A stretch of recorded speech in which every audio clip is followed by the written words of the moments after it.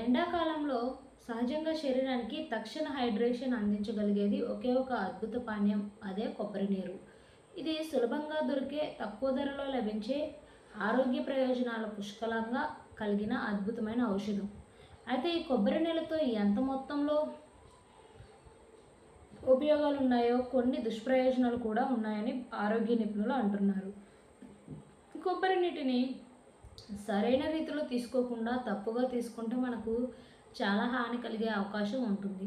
అయితే కొబ్బరి నీళ్ళు తాగేటప్పుడు ఎలాంటి జాగ్రత్తలు తీసుకోవాలి, తప్పుగా తీసుకుంటే ఎలాంటి సమస్యలు వస్తాయి అనేది తెలుసుకోవాలి. కొబ్బరి నీళ్ళు తాగేటప్పుడు తీసుకోవాల్సిన జాగ్రత్తలు: తప్పుగా నిల్వ చేస్తే ప్రమాదమే. కొబ్బరికాయను కోసిన వెంటనే నీటిని తాగడం ఉత్తమం. బయట ఉంచడం, ఎక్కువసేపు నిల్వ చేయడం వల్ల ఆ నీటిలో బ్యాక్టీరియా లేదా ఫంగస్ పెరిగే అవకాశం ఉంటుంది. ముఖ్యంగా వేసవిలో అధిక ఉష్ణోగ్రత, తేమ కారణంగా మైక్రో ఆర్గానిజమ్స్ వేగంగా పెరుగుతాయి.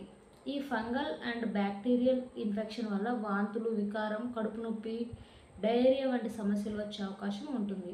అలాగే ఫుడ్ పాయిజనింగ్ వంటి సమస్యలు ఎదురయ్యే సూచనలు ఉంటాయి.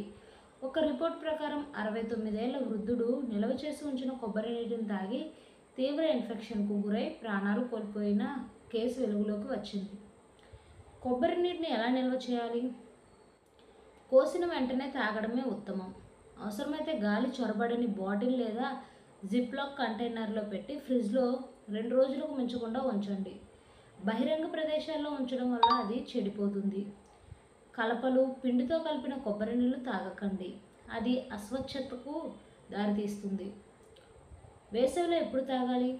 ఉదయాన్నే ఖాళీ కడుపుతో జీర్ణక్రియను మెరుగుపరచడానికి, శరీరానికి నెమ్మదిగా తేమ అందించడానికి బెస్ట్.